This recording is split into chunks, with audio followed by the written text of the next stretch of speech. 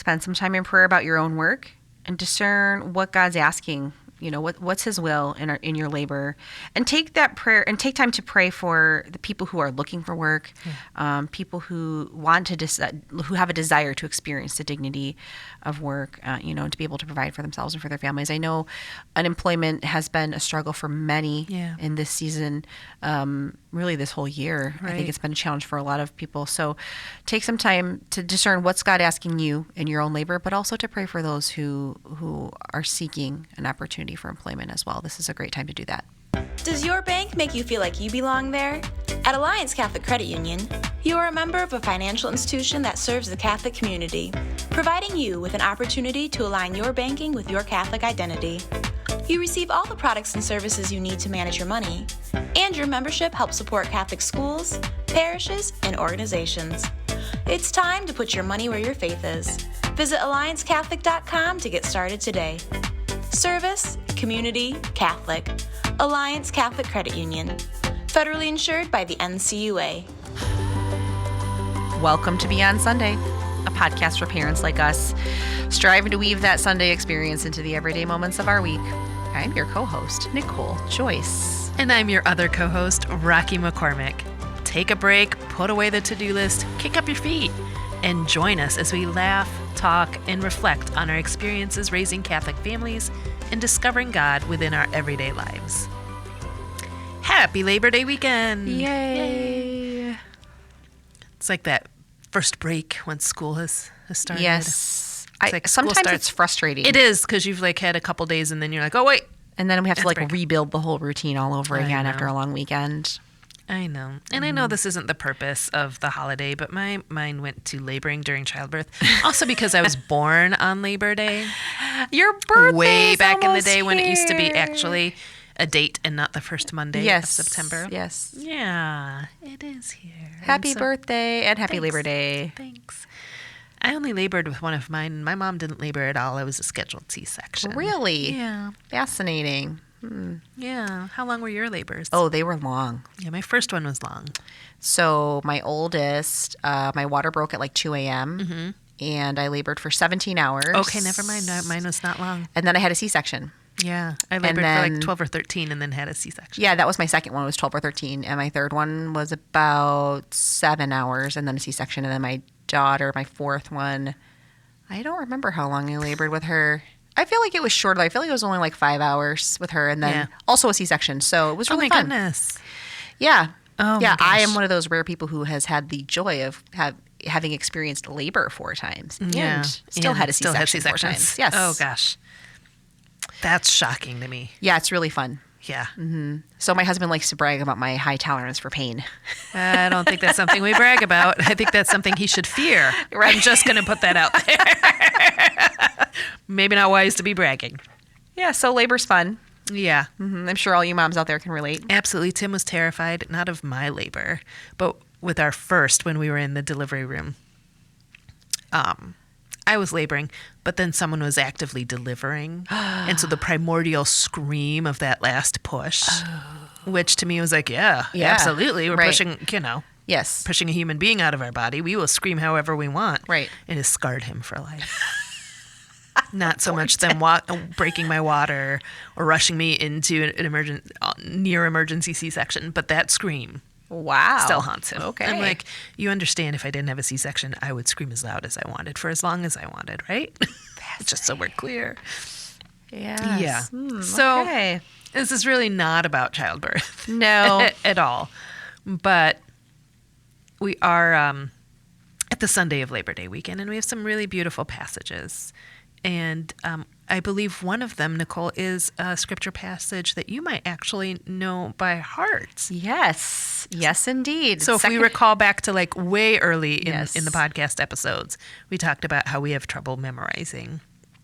Specifically how Nicole is terrible at memorizing. I didn't want to throw you under the bus. Let's be real honest here. It's Nicole who's not good at memorizing numbers and verses, verses and chapters of things. I'm also really bad at remembering years related to history. I can tell you what happened in history, but I couldn't tell you the actual year. I'm kind of bad at birthdays too, to be totally honest. Numbers are just not my jam. I'm bad at birthdays every time I go to the doctor's office and they're like, date of birth. I'm like, yes. Which child? Oh, I What am year? really bad at that. I'm not so great at math. One time my husband convinced me I was a year older than I really was on my birthday. And see, this is where the fear should kick in that you have a high tolerance for pain. But I don't remember numbers. Okay. Yes. Okay. All right. So Romans 12. Chapter Romans 12, 12, yes, verses chapter 1 and 12, 2. verses 1 and 2. I urge you, therefore, brothers and sisters, by the mercies of God, to offer yourselves as living sacrifices, holy and pleasing to God, your spiritual worship. Do not be conformed by this age, but be transformed by the renewal of your mind.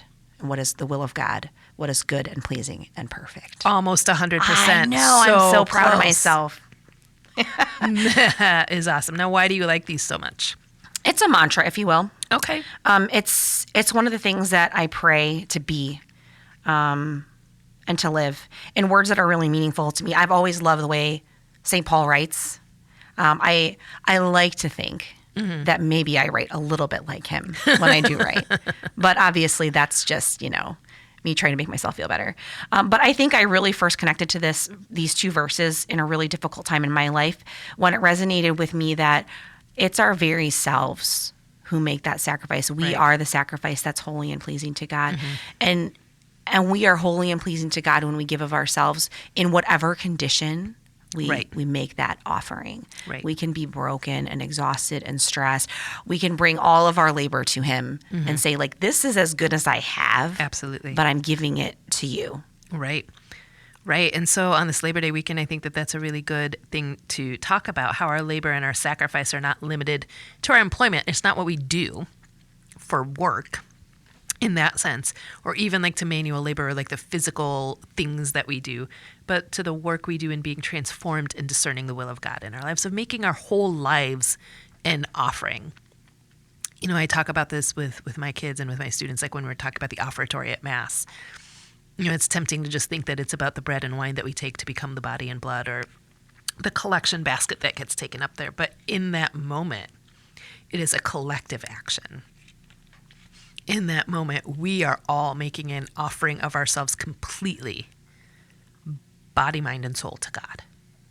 In a culture that especially puts a lot of emphasis on what we do to define who we are, I think it's just a beautiful contrast that our faith offers us, to say it's who we are that we're offering.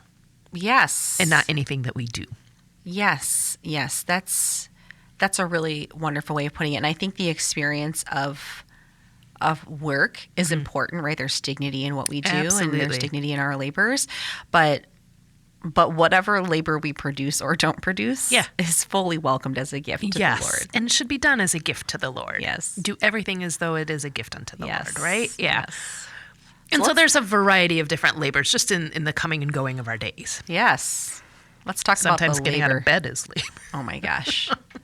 Let's talk about the first one that comes to mind, especially with our audience here, and that's the labors of parenthood. Not just talking about in the delivery room. Not the delivery room, but just like the labor, the everyday work of being a parent. And that is a job, right?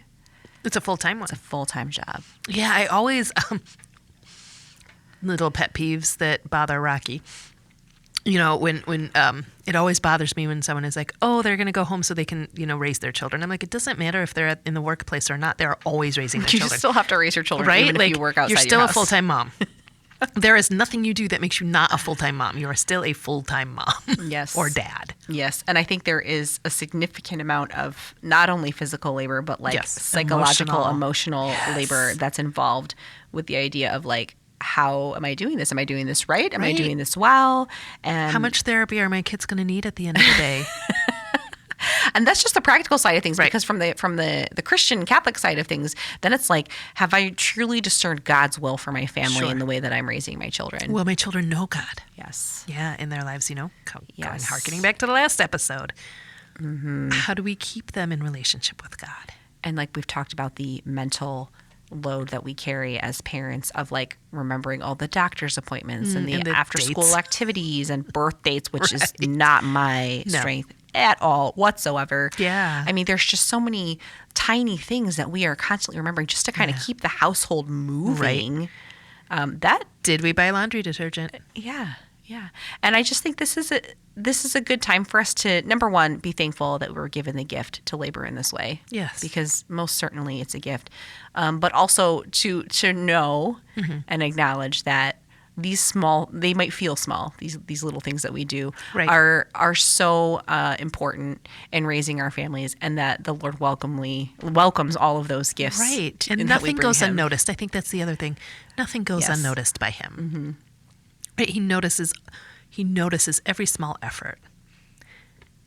Every little emotion that we feel, the frustration or the joy that we take in our children, it all matters to him. And so none of it goes unnoticed. And there are many more labors of parenthood, too, that we don't need to expound upon, right? I thought that's what this whole podcast was about. Well, it is. We'll talk about some more of those next week. Right.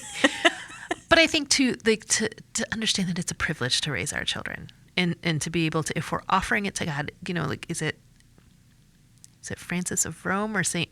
Teresa of Calcutta? I'm going to forget which one. No, Francis of Rome. It was Francis of Rome. About leaving the altar for your home. But St. Teresa of Calcutta, I think, has the one that we wash the dish. Not because it needs washing, but because we love the person who will use it next. Yeah. And, I think that there is that tendency to sometimes get really bogged down by the day-to-day. I know I have that tendency to be like, oh my gosh, I have to make another dinner, or I got to pick up more socks that they left all over the floor. Yeah. But if we are viewing that as an opportunity to serve and to offer ourselves, Sure. I think that sometimes we'll change that negativity into something that can be more positive. Sure. While they still should pick up their socks. Right. That in picking up the sock, we're not just picking up after our children, but we're serving the Lord. Yes. We're offering it to the Lord. Yes. Because they're his children in our home. And then let's talk about work for a second here. Yeah. Like actual employment. Yeah. So for us working parents, we all know that what we do for a living has a direct impact on the labors of parenthood. Of course. And on the welfare of our family. Yes. If anything, it makes it a little bit more complicated, a little bit more challenging. But I mean, we do that because we want to provide for our families. And if you had a job before you had children and you stay in said job after you have children, you know how drastically different it is. Right. Once there are children in your home to be able to do that work, right? Like it just intensifies all the challenges related to being a paid employee. Absolutely. Yes. And what a gift it is when you have an employer that recognizes that your first attention has to go to that family. Yes. But I think that's an ongoing struggle and a labor in itself for us when we work, is trying to establish and protect a boundary between what we do at work and what we do at home. I think that is an ongoing struggle for most families. Of course. Just like it could be like a school life boundary or a sports life boundary. Absolutely. I think there's always going to be this kind of like internal vibe of like, oh, we'll just do the thing, right? We've talked about that before. But sometimes there needs to be kind of a very intentional effort of saying, but this is the best that we can manage right now, and this will be our gift, and this is enough. Right? Right. And again, in a very, what's the word? Not production heavy, but in a very results heavy, where you're being judged by what you produce. Yeah. World. That is sometimes a very difficult discernment. Sure. We do place a lot of value on like who's getting results, right? Yeah. Like who's doing the implementation, if you will, of the thing. And I think when we look at it from the spiritual, like if we can twist that to the spiritual side of things, we do need to look at where the fruit is and what fruit is that bearing for your family. Yeah. What fruit is that bearing for your workplace? When you are at work, are you giving your 100%? And then when you're home, can you put that aside so that you can give your 100%? I think that is a struggle for a lot of us. Like even when we get 100%. home at the end of the day, we Lots might of still have 100%. work Yeah. running through our head, right? Yeah. And we're not saying that you should have some magical switch that you just turn it off and stop thinking about it. But I think we can try to be intentional about how long we allow ourselves that mental labor. Right. Before we start focusing on what's, present at that moment. Yeah. Or maybe it's recognizing and learning ourselves well enough to know how much time do we need when we get home for that transition. Yeah. Right? Like not to know that you can't bombard mom or dad when they walk right in the door. Yes. For all the things that you have needed all day. Sure. That maybe they need that 15 or 20 minutes to decompress, to maybe get out of their work clothes and put on the PJs and almost physically change where they are and where their focus is. Yeah, so I don't think I've ever mentioned this on this podcast before, but we kind of have a coming home from work routine in our house. Okay. Where I'm usually home before Dad, but sometimes he beats me home. But either way, when we get in the house, Russ is usually he's very like task oriented. He's very routine driven, so he immediately wants to like get a few things prepped for the next day. So like he likes to load the dishwasher because everyone else in the house does it wrong. Of course. I think he mentioned that when he was here in June. Yes. So he comes home, You're immediately a dishwasher wants heathen, to load I think was the term. Yeah. Yes, I'm terrible at loading the dishwasher. So when he gets home, he immediately wants to load the dishwasher and clear out the sink and prep his coffee pot to turn on in the morning for him because he wakes up very early when it's still dark outside at 0:30. Yeah. And then he will go change his clothes. And so I will usually go with him at that point, and we will both change our clothes, and we will stay in the bedroom with the door closed and have like 10 minutes to just discuss any important things that happened throughout the day, like review anything that we need to know about the next day, and just like reconnect. Like we'll try to get in like a 30-second to 1 minute hug in there at some point. And like the kids know. Right. Do not enter disturb. this room. Right. Mom and Dad are having an important conversation. Go away. And then usually after about 10 minutes or so, one of them will knock, or like the dog has learned how to open the door. Oh my gosh. So we'll get but we get 10 minutes of like quiet one-on-one time to just like reconnect. Yeah. Like totally let go of all the work things. Sometimes one or both of us has to vent about work for a second. Of course. Right? Like, oh, and then this thing happened. And then this person did this thing, right? Yeah. Let it all out. And then when we open the door, Yeah. and now it's family time. Right. Yes. Yeah. So I think knowing that that's what you need Yeah. is half the battle. Yeah. Set it up as a routine. Make it Right. part of your day if you need to. And I think that goes for any of you, even if you don't work outside the home, like just being 100%. able to transition from whatever the task was to family time when it's time for that is very important. And then like, I think the last thing we always ask is like, how do we do this for our kids? Like, how do we model this, or how do we help our kids do that? Right. But going back to also like the task-oriented things, I think creating an order is so important. Right, like there are books out there too, like, you know, looking at like the Benedictine way of life, or creating an order, a rule of motherhood. Yeah. Things like that. And you don't have to be so prescriptive in that, but there is a real value in sitting down and talking about kind of what is the ascendancy of the priorities for our family, and how do we achieve that? What is the rule of life in our home? Yeah. Yeah. And there's absolutely. value to that. And I think for little kids, it's great because you all know if you're a parent of a toddler, you know how much they love helping around the house already. They love to help with the laundry. They love to help wash the table off. They love to help vacuum or sweep or feed the pets or brush the cat, whatever. Very zealously. They love it. Overzealously. Overzealous in so many ways. They don't care if they knock all the laundry down as long as they get to fold that one washcloth. So that's just pointing again to like, number one, the dignity of work. Yeah. That we all love to be able to participate in that in some way. But I think helping them find ways that they can contribute in a meaningful way, and honoring it, and giving them some praise too. Like, thank you for contributing to our house. Thank you for being part of that.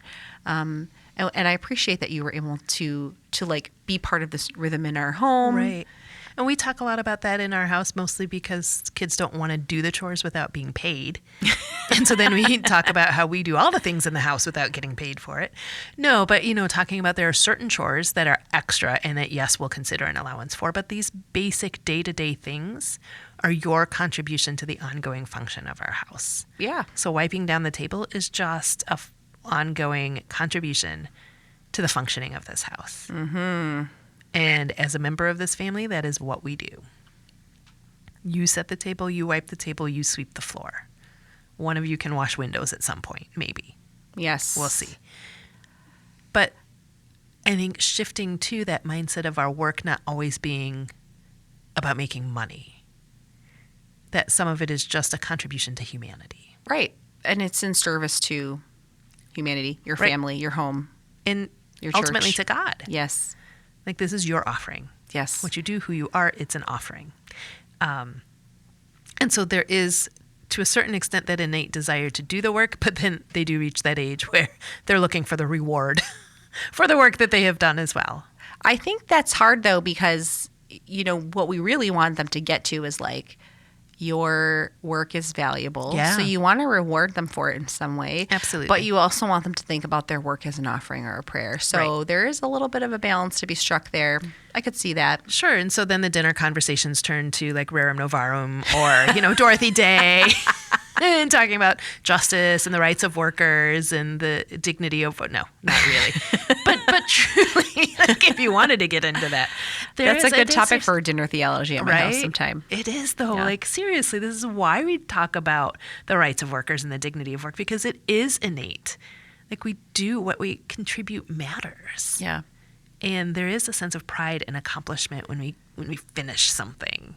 It's natural to want to be recognized for that.